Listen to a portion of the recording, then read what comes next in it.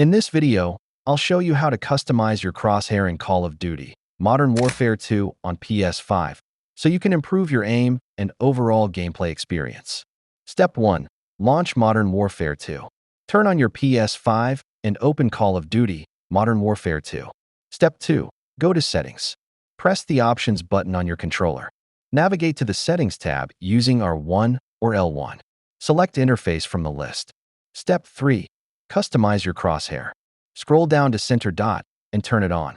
You can also adjust the dot size and dot opacity to your liking. This helps make your crosshair more visible, especially in fast-paced fights. Important notes. There is no full custom crosshair editor like in some PC games. Using the Center Dot gives you better precision, especially with no-scope weapons. Customize brightness or HUD color in accessibility settings if you want more contrast. Thanks for watching. If this helped, hit the like button and subscribe for more Modern Warfare 2 tips and tutorials.